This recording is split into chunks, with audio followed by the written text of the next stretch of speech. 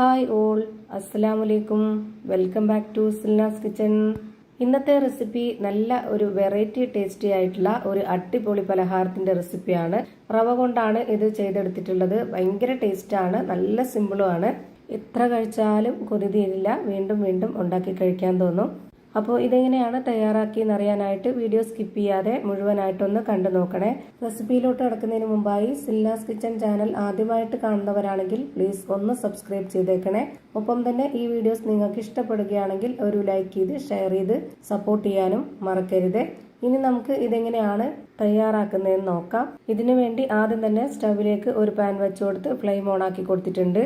എന്നിട്ട് ഇതിലേക്ക് ഒരു 3 ടേബിൾ സ്പൂൺ അളവിൽ നെയ്യ് ഒഴിച്ചു കൊടുത്തിട്ടുണ്ട്.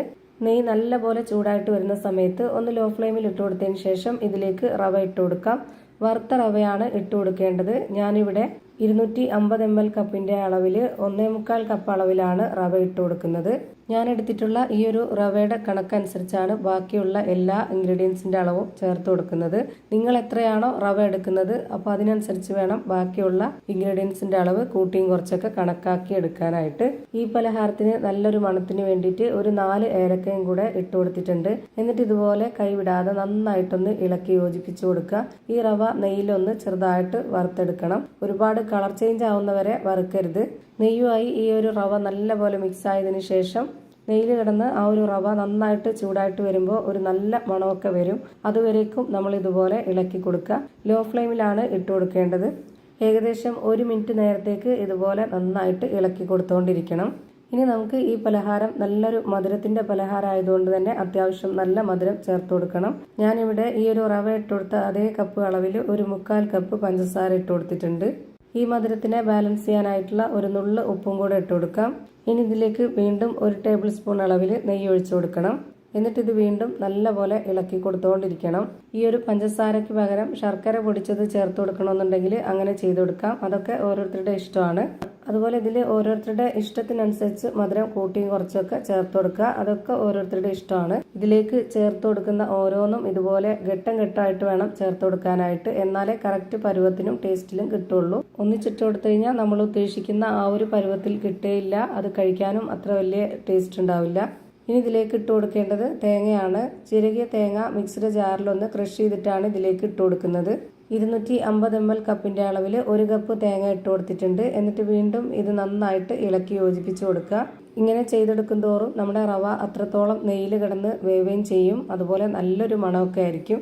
ഇപ്പോഴും ഞാൻ ലോ ഫ്ലെയിമിൽ തന്നെയാണ് വെച്ചിരിക്കുന്നത്. ആ ഒരു ഫ്ലെയിമിൽ തന്നെ വെച്ചിരുന്നിട്ടാണ് ഇത് എത്ര സമയമാണോ ചെയ്തെടുക്കാൻ എടുക്കുന്നത് ആ ഒരു സമയം വരേക്കും ഈ ഒരു ഫ്ലെയിമിൽ തന്നെ വെച്ചിരിക്കുക. ഇനി അടുത്തതായിട്ട് ഇതിലേക്ക് ചൂടുള്ള പാലാണ് ഒഴിച്ചു കൊടുക്കുന്നത്. നല്ല കട്ടിയായിട്ടുള്ള പശുവിൻ പാലാണ് ഒഴിച്ചു കൊടുക്കേണ്ടത്.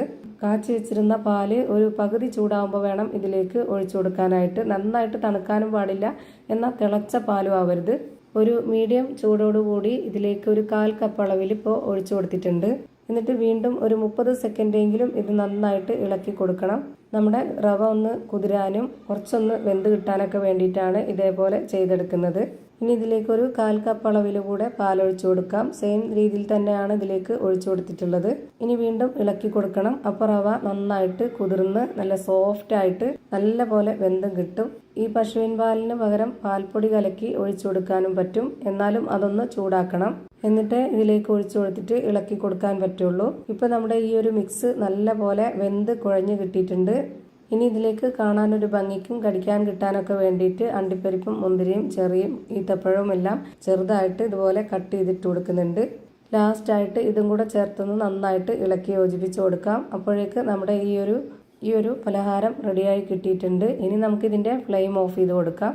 ഇനി നമുക്കിത് ഇഷ്ടമുള്ള ഏതെങ്കിലും ഷേപ്പിൽ റെഡിയാക്കി എടുക്കണം. നല്ല പോലെ തണുക്കാനായിട്ട് വെയിറ്റ് ചെയ്യരുത്. ഒരു പകുതി ചൂടാവുമ്പോൾ നമ്മുടെ കൈ ഒന്ന് നനച്ചതിന് ശേഷം നമുക്ക് ഇഷ്ടമുള്ള ഷേപ്പിൽ വലിപ്പത്തിലൊക്കെ തയ്യാറാക്കി എടുക്കാവുന്നതാണ്. ഞാനിവിടെ ഇതുപോലെ ഈ ഒരു ഷേപ്പിലാണ് റെഡിയാക്കി എടുത്തിട്ടുള്ളത്. അപ്പോൾ ഇതാ റവ കൊണ്ടുള്ള കാണാൻ നല്ല ഭംഗിയും കഴിക്കാൻ നല്ല ടേസ്റ്റി ആയിട്ടുള്ള ഒരു അടിപൊളി പലഹാരം റെഡിയായി കിട്ടി. കുട്ടികൾക്കും വലിയവർക്കൊക്കെ ഒരുപോലെ ഇഷ്ടമാവും. എത്ര കഴിച്ചാലും മതിയാവുകയില്ല. ഇതുപോലെ തന്നെ എല്ലാം ബോൾസാക്കി ഒരു പാത്രത്തിലേക്ക് മാറ്റുന്നുണ്ട്. ഇത്രയേ ഉള്ളൂ ഇന്നത്തെ വീഡിയോ ഇഷ്ടമായാൽ ലൈക്ക് ചെയ്യാനും കമന്റ് ചെയ്യാനും ഷെയർ ചെയ്യാനും മറക്കരുത്. അതുപോലെ തന്നെ ഞാനിടുന്ന പുതിയ വീഡിയോസ് നോട്ടിഫിക്കേഷനായിട്ട് കിട്ടുന്നതിന് വേണ്ടി സബ്സ്ക്രൈബ് ചെയ്ത് ബെല്ലൈക്കൺ അമർത്തി അതിൽ ഓൾ എന്ന ഓപ്ഷൻ എനേബിൾ ചെയ്തു കൊടുക്കാനും മറക്കരുത്. പുതിയൊരു വീഡിയോയുമായി വീണ്ടും വരും. Thank you for watching.